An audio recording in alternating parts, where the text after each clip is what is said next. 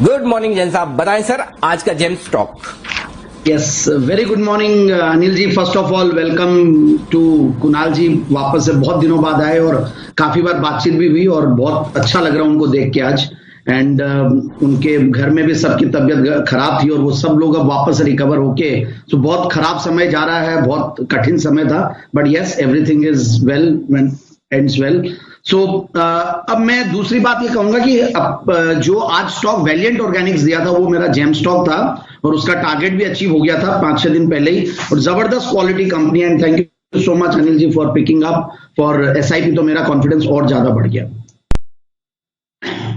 अब मैं बहुत ही बढ़िया सर जैन साहब, मुझे भी बाद में याद आया कि आपके पसंद का शेयर है और शायद सेठी साहब ने भी इसे पसंद किया हुआ है, तो आप दोनों की पसंद का शेयर और वाकई में कमाल की कंपनी है और ये तो मतलब गजब का स्टॉक आप ढूंढ के लाते हो, कमाल ही करते हो। बताएं सर आज कौन सा चुना है फिर आपने?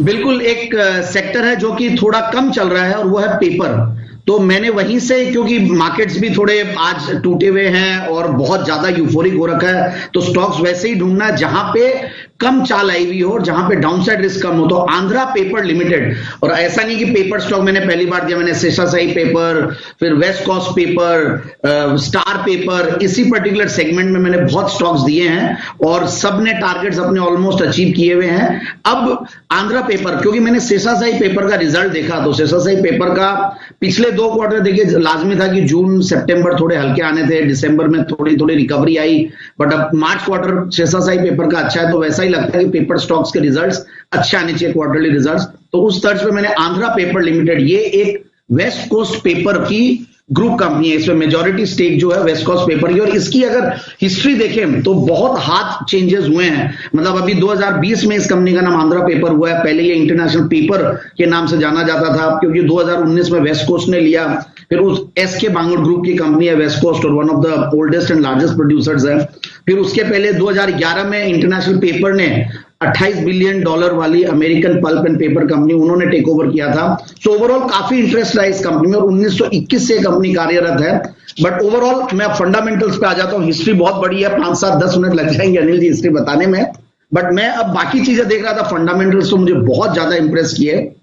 15 के पी मल्टीपल पे कंपनी काम कर रही है, 27-28 का return on capital employed, return on equity पिछले 3 सालों में जबरदस्त बढ़िया हुई है, 24-25 के लगभग। Book value, price to book value मतलब 1 के नीचे, which is again very very attractive, क्योंकि ऐसे माहौल में जहां मिड कैप स्मॉल कैप में आग लगी हुई है, स्टॉक्स वहीं ढूंढने हैं जहां पे वैल्यू भी मिले, सस्ती भी मिले, डेट्स भी कम हो। वो इसीलिए सस्ता मिल रहा है कि ये सेक्टर अभी, क्योंकि माहौल ऐसा बना हुआ है कि ऑफलाइन वर्ल्ड थोड़ा बंद हो रखा है, तो पेपर स्टॉक्स में थोड़ी सी सुस्ती है। बट मुझे यही बहुत बड़ी अपॉर्चुनिटी लगती है कि जो लोग अभी खरीदेंगे और साल 6 महीना देंगे तो उनको बहुत बड़ा पैसा मिलेगा।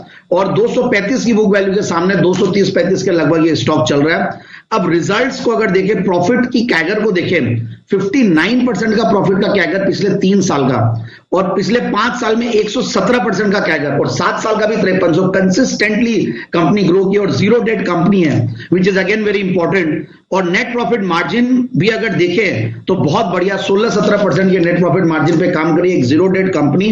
सो ओवरऑल मुझे ऐसा लगता है कि स्टॉक को बिल्कुल इन लेवल्स पे लेना चाहिए। और DIIs, FIIs सबका कॉन्फिडेंस है इसमें। DIIs ने बहुत अच्छी स्टेक बढ़ाई है और SBI large and mid cap fund ने 7-7.5% अभी मार्च क्वार्टर में ओवरऑल पिछले 3 क्वार्टर से ले रहे हैं। सो 12-13% तो DIIs का है, FIIs का कम ही है, ज्यादा नहीं है, बट इंटरनेशनल ये वेस्ट कोस्ट पेपर का 72-73%। सो इन सबको, और प्लस उससे भी ज्यादा important bright star investments private limited, उनकी भी 1.26% की हिस्सेदारी है। ब्राइट स्टार इन्वेस्टमेंट्स लिमिटेड है आरके दमानी जी की इन्वेस्टमेंट आर्म, तो इसलिए और ज्यादा कॉन्फिडेंस आता है। तो मुझे लगता है कि स्टॉक में बिल्कुल इन लेवल्स पे निवेश करें, 270 का टारगेट, और ये नहीं भूलना चाहिए ये स्टॉक हाइज में 590 के लेवल्स दिखाया हुआ और अभी इन दिनों में 300 के लेवल से करेक्ट होके ऐसे लेवल्स पे अवेलेबल है, तो डाउन साइड रिस्क बहुत कम है, बिल्कुल लेना चाहिए। 9 से 12 महीने की अवधि के लिए।